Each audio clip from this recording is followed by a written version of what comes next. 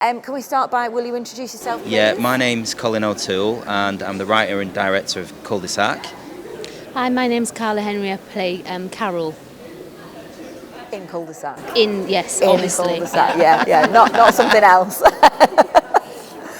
So what inspired you to create this project? Well, just the need to make another film, I suppose, because, since the last one, you just get stuck in development on features, and they take a long time. So ultimately, you're just always searching for another little project to kind of work with good caliber actors and just test your words out again. And so that was the sort of catalyst. What it's about also. The film itself kind of, what my long-term collaborator is Jonas Mortensen, who's also the DOP.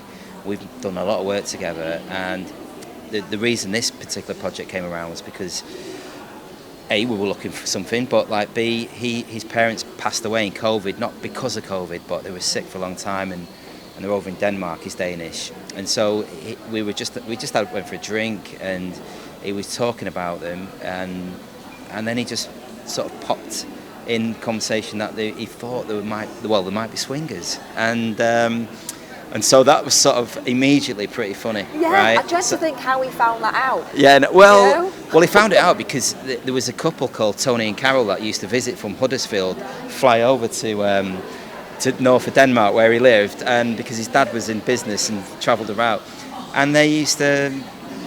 He just heavily suspected it, and his sister heavily suspected the reason why they came over was because of that activity. Tony and Carol. Yeah, Tony and Carol. Huddersfield flag. Yeah, that's it.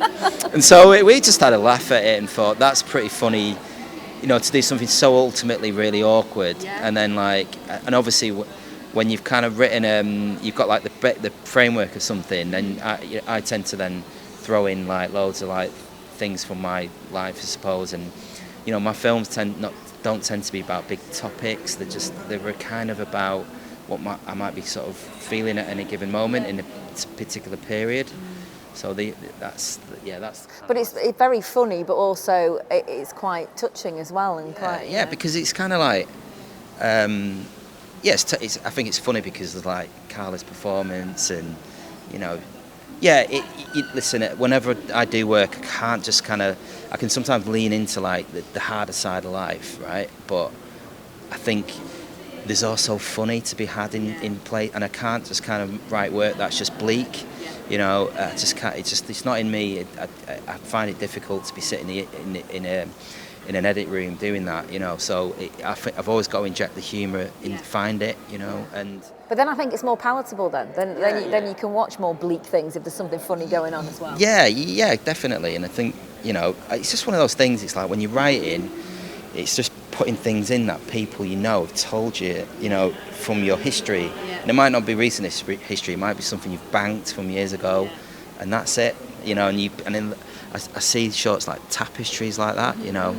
You've got to have your central story that runs it through, but then it's offering you a chance to talk about all these other things, Yeah, absolutely. And Carla, when you got this script, what was your first reaction?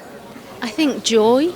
I think there was definitely joy, a sense of joy in the piece, even though it was about a topic that's debatable, or the subject matters, can feel quite overwhelming for some. But I think there was a real sense of joy when I first read it. I could kind of feel these characters were happy at some level, or desired to be joyful at some level, and I just think that was an overwhelming kind of feel, that kind of joy, or the search for joy, for the longing for joy. So that's what I thought. And then did I not say that? No, it's right. No, it's right, because it's so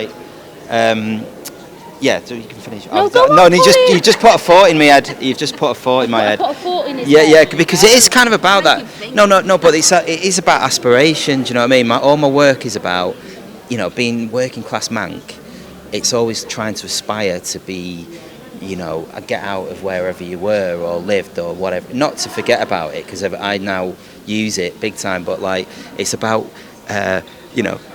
that aspiration to sort of tip into, I suppose, the middle classes in a way. You know what I mean? With your nice wines and your little obsessions and your filmmaking careers and all these things that kind of ultimately you strive for, but kind of sometimes get in the way of what's kind of important, which is your relationships. You know, it certainly has in my sometimes gets in the way of mine. So do you think you might make this into a feature or like a mini series? I don't know. I've toyed about it, but it's weird, right? Because I did a short 10 years ago, and it's only now that I've figured out how to write that into a movie, and I'm writing it with an American writer on that one, and that's going to be set in America.